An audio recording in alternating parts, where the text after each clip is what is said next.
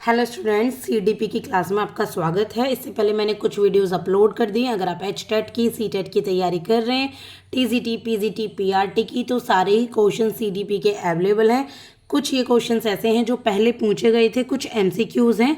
अभी मैं आपको करा रही हूँ concept of development, growth and development का, चाइल्ड डेवलपमेंट एंड पेडागोजी में।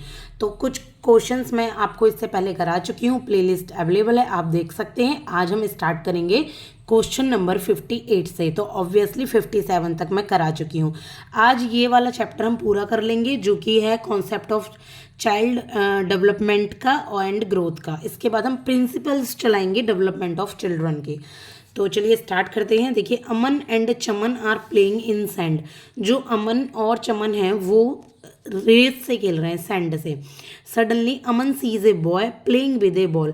अचानक अमन क्या करता है, एक लड़के को देखता है जो कि एक बॉल से खेल रहा होता है, and decides to play with him. और अमन जाकर उसके साथ खेलने का सोचता है, डिसाइड करता है। As he tries to leave, Chaman gets upset and pushes him back into sand. जैसे ही वो चाहता है कि वो वहाँ जाए, वो जाने की सोच रहा होता है, चमन को गुस्सा आ जाता है, चमन अपसेट हो जाता है और उसको धक्का दे देता है सैंड में। दोनों ही लड़के रोल करते हुए सैंड में एक दूसरे को हिट कर रहे होते हैं। ये किस चीज़ का एग्जाम्पल है? ये कोई डिसऑर्डर है। ये कौन सा डिसऑर्डर है? तो ये होता है कंडक्ट डिसऑर्डर। ये व्यवहार में डिसऑर्डर होता है, जो आपका काम होता है करने में डिसऑर्डर है, तो this is called conduct disorder. इसके बाद है which fact does not motivate the child development. कौन सा फैक्ट चाइल्ड डेवलपमेंट को मोटिवेट नहीं करता, कि इससे चाइल्ड में कोई डेवलपमेंट नहीं होता? हेरिडिटरी और एनवायरनमेंट। क्या हेरिडिटरी और एनवायरनमेंट चाइल्ड डेवलपमेंट को मोटिवेट नहीं करते? बिल्कुल गलत करते हैं। तो ये दोनों ही करते हैं मोटिवेट, तो बोथ ऑफ दीज तो है नहीं, क्या हो जाएगा? None of these. इसके बाद है the child learns about right and left. जो चाइल्ड है वो राइट और लेफ्ट कब सीखता है, कि ये राइट है या लेफ्ट है, किस एज में आकर? तो ये 4 ईयर्स की एज में आकर बच्चा लेफ्ट एंड राइट के बारे में सीख जाता है। आंसर नंबर क्या हो जाएगा? सी।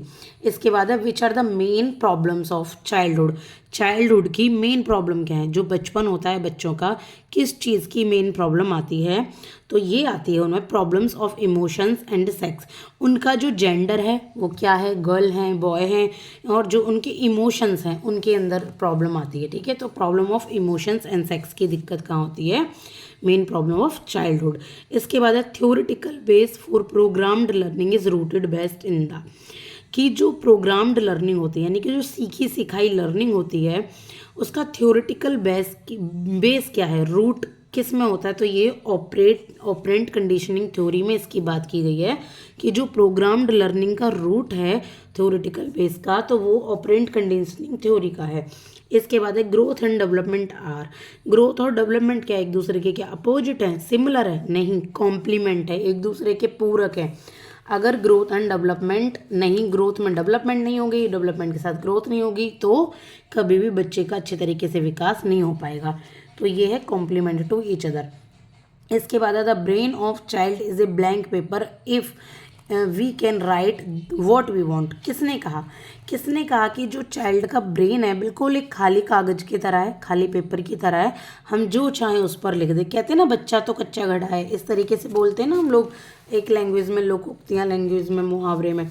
तो उसी तरीके से तो ये कहा है इन्होंने, बस भाई साहब ने स्टडी कर ली, ये हुआ, और उन्होंने दे दिया एक स्टेटमेंट। हमारे यहाँ पे बस स्टेटमेंट नहीं दे पाई, वही ताने मारना, लोकोक्तियाँ करना ही होता है बस। तो ये है कांत ने। ठीक है, इसके बाद है child development is the study of. जो चाइल्ड डेवलपमेंट है वो किसकी स्टडी है? चाइल्ड के बिहेवियर की, या जो डेवलपमेंट अफेक्ट करते हैं बच्चे को, या चाइल्ड डेवलपमेंट के वेरियस एरियाज़ की? तो बिल्कुल सबकी। चाइल्ड डेवलपमेंट का तो मतलब है all round development of the child. ठीक है, इसके बाद how many words can be spoken by 1 year old child. 1 साल का जो बच्चा होता है वो कितने वर्ड्स बोल लेता है? तो वो बोल लेता है 4 to 5 वर्ड्स। आपकी सीडीपी की बुक में दिया भी हुआ है कि कितने साल के बच्चे, कितने महीने के बच्चे गिगलिंग करते हैं, कितने बच्चे के मतलब मिनमिनाते हैं या फिर थोड़े थोड़े शब्द बोलते बोलते हैं, जिंगल्स करते हैं, तो ये आपको दे रखा है बुक में, आप जाकर वो बुक पढ़ सकते हैं, आपके पास अवेलेबल हो तो, वरना आप कोई यूट्यूब पर वीडियो डालिए और टॉपिक डालिए और आपको कोई ना कोई वीडियो भी इससे रिलेटेड मिल जाएगी। तो कितने वर्ड्स बोले जा सकते हैं 1 साल के बच्चे के लिए, तो ये होते हैं 4 to 5 वर्ड्स। इसके बाद education psychology is necessary for the teacher. जो एजुकेशन साइकोलॉजी है वो नेसेसरी है किस टीचर के लिए, तो नॉलेज ऑफ इंटरनल पावर के लिए, नॉलेज ऑफ गाइडेंस के लिए और नॉलेज ऑफ अनकॉन्शियस माइंड, सभी के लिए टीचर के लिए एजुकेशन साइकोलॉजी बहुत ज़रूरी है। यानी कि एजुकेशन साइकोलॉजी को पढ़ना बहुत ज़रूरी है। जब तक साइकोलॉजी नहीं पता किसी भी चीज़ की, तो किस तरीके से वहाँ पर पढ़ाना अच्छे तरीके से आएगा या बच्चे को समझना आएगा।